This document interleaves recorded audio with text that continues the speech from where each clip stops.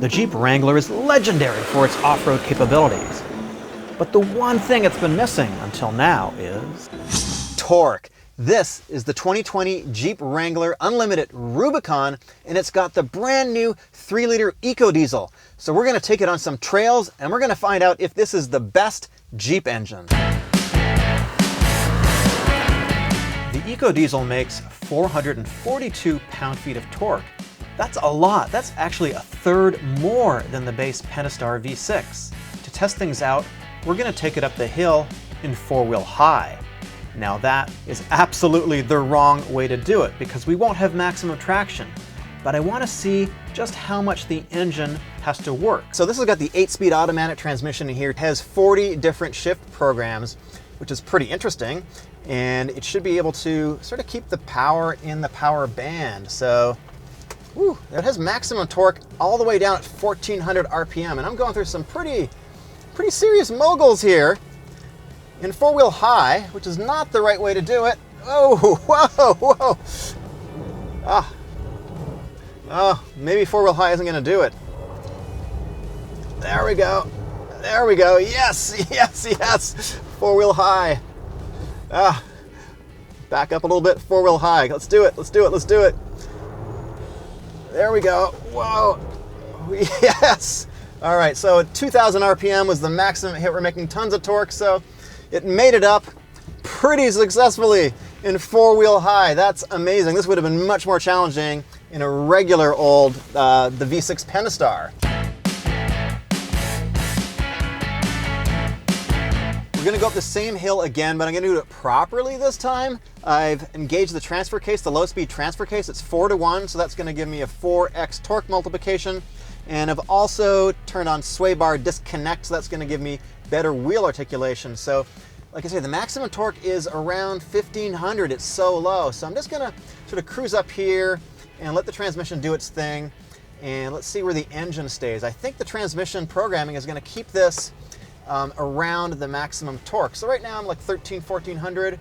And these are some pretty big moguls. I'm sure you can see it on the outside there. Got some good articulation going on. I don't have anything locked up. This is just 4-wheel low with a sway bar disconnect. And I've barely got my foot on the gas. It's really torquey. This thing is a torque monster. It is awesome. This engine is, I want it. I want this engine. This is great.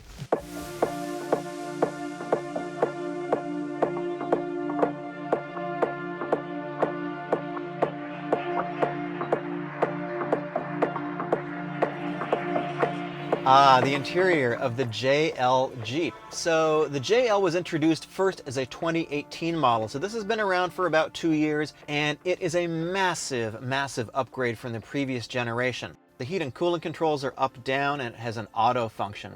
Now, this particular cabin has the leather trimmed package. It's about $1,500. It looks pretty nice. It seems to be pretty durable leather. Not sure if I would get that for off-roading. And it also has the upgraded infotainment system with the 8.4-inch screen. The upgraded audio, really good. This has got an Alpine system. It's got a big, beefy subwoofer in the back. And because this is sort of an SUV-style cabin, it actually makes really good bass. I think most people are going to be really quite happy with the infotainment system in here. Now, I do have a couple complaints about the seats. It really does need longer bolsters in front. My thighs are not supported that well. I'm just really not able to get that comfortable in here. And for a vehicle starting at, $42,000, which is the base price of this, I'd really like to see better seats. This also has a really bright color display right in the dashboard in between the speedometer and the tach, and it's very useful. It actually provides a ton of information. So when you're off-roading, it gives you things like your coolant temperature, your transmission temperature, oil pressure, all that important stuff. And it also shows you what your driveline configuration is if you're in 4 high. 4 low, it tells you if your sway bar is disconnected, if your lockers are turned on or off. And it's got a really cool pitch and roll feature. I think it's a little bit of a parlor trick, but it is kind of nice to know exactly how steep a grade you're going on and how much of a pitch you're really on, how much of a pucker factor that's going to give you. I find when I'm about 16 degrees, I start to go, Getting a little tight down there because I definitely get some pucker at that level of roll. I'm in the back seat, I'm 5'9", and there's plenty of headroom back here. Of course, this has the incredible sliding one-touch top that goes all the way back.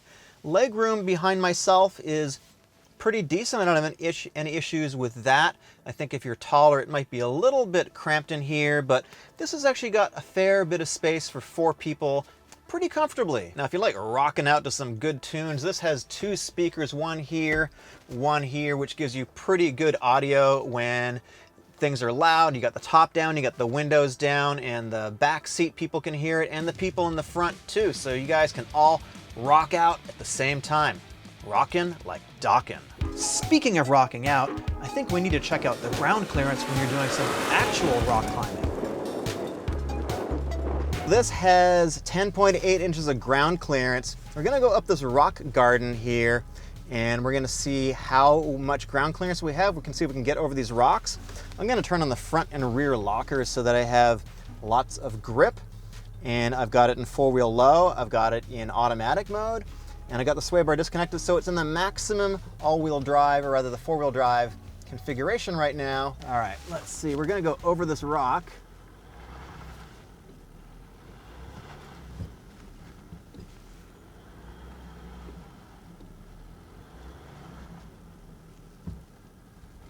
I think I have enough clearance for that. Cleared it pretty good, actually. I do have a spotter outside, my lovely cameraman over there, so, oh, there we go. Not something you're probably gonna do in your Subaru, but you can definitely do it in this Jeep. Yeah, so this is the Rubicon, of course, which makes it the most off-road capable. This has a transfer case, a 4-to-1 transfer case, which comes with the Rubicon package, which gives you the most additional torque of any of the all-wheel drive packages. And this is a 4-wheel drive part-time system, and it has all these different modes that you can engage. So it's really the most capable of all of the Jeep products. Let's see what kind of angle we're getting here. Let me see if I can pull this up on the display. 21-degree grade right now. And I'm pretty much just going straight up this crazy wall of rock here. And this is a lot of fun.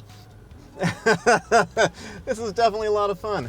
And I want to thank FCA for bringing me a Jeep that is on brand, yellow and black, the brand colors. Hey, thank you so much for that. I really appreciate the fact that you're thinking of me that way in terms of the color combinations, because color is really important. So all I can see is the sky right now. Just sky. And it's not having any difficulty getting up this thing at all. Wow, 24 degrees. I think, oh, I think we did it. I think we did it. Hopefully the skid plates protect us too. So this also has a lot of skid plates. Everything is protected with skid plates on this. It's got skid plates until next Sunday. It's got them under the oil pan, the differential, the center lock, the gas tank. It's got skid plates everywhere. So that's part of the Rubicon package as well. And that's one of the reasons why, if you want to do some serious off-roading, you definitely want to get the Rubicon.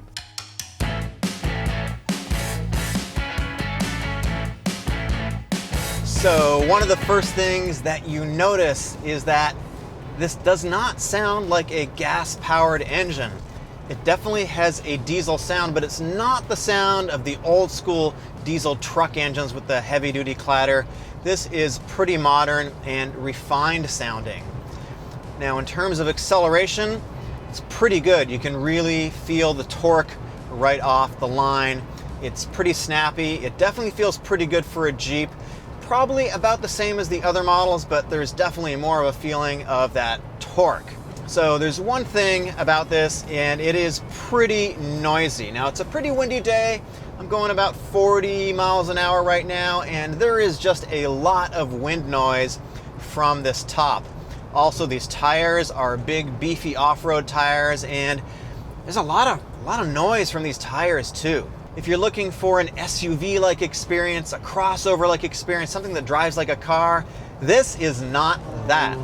This is definitely geared towards off-road. This is primarily an off-road vehicle, and part of the reason is I feel that way is because it has solid front axle, and they've done a lot of work since the last generation but still, when you're driving and the steering wheel is on center, it tends to move around a little bit in the lane. It tends to, you've got to really do minor steering corrections to kind of keep the vehicle in its lane. When you're on the freeway and you're trying to keep a constant track around a big corner, you've got to do little tiny steering corrections all the time. And after a while, it gets a little bit tiring. Like I said, this is really primarily aimed at the off-road. If you're looking for that perfect compromise vehicle that you can daily and take it off-road, yes, you can definitely daily it, but it's not something that I would personally want to do. It's just not relaxed enough to drive it on a daily basis if you're doing a long freeway commute.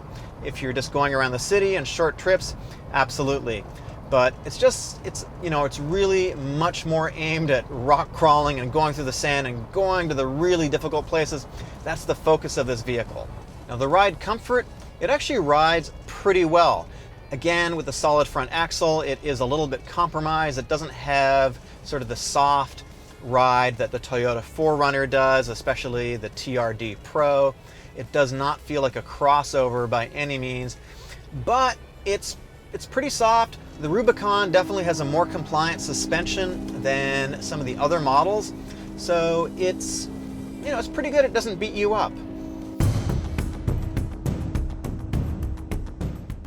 All right, this is a very, very steep hill indeed. Here we go. Go Jeep, go Jeep. So I've got everything locked up.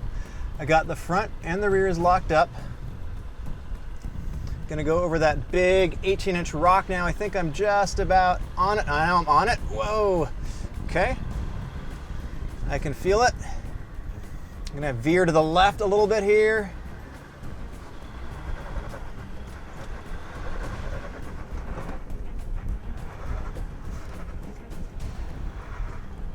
And we're going. Go Jeep, go Jeep. That is a pretty serious hill climb. Oh my God. We're getting over the top. Let's see how the breakover angle is. We just made it. Wow. That is a serious, serious hill climb. And it's a little challenging. I had like a little moment of worry there for a second, but it made it pretty good. So once again, Jeep is really good in off-road situations, and I'm sure the Jeep is capable of putting it itself in a more extreme situation than I'm putting it in. So for me, this is pretty impressive. Let's get into the pros and cons. I think the interior overall is pretty good. It's pretty roomy. The infotainment system is really good. I like the 8.4-inch screen, and I like the color screen on the dash as well. It gives you a lot of information. It's very easy to use. Overall, of course, the engine is amazing. This EcoDiesel engine has got so much torque. It's pretty refined for a diesel. I would definitely get this engine if I was looking at doing a lot of off-roading. The Rubicon package is amazing off-road, and the ride quality is pretty good for what it is too, considering you got a solid front axle. Now, in the negative category, it's obviously not the perfect all-round vehicle. If you're looking for something that is really comfortable driving around the city and is pretty good off-road, it's not perfect for that. The steering feel on center is definitely kind of a con for me. The diesel does cost $4,000, and this entire vehicle is optioned up to $62,000. That's pretty expensive. That's kind of eye-wateringly expensive.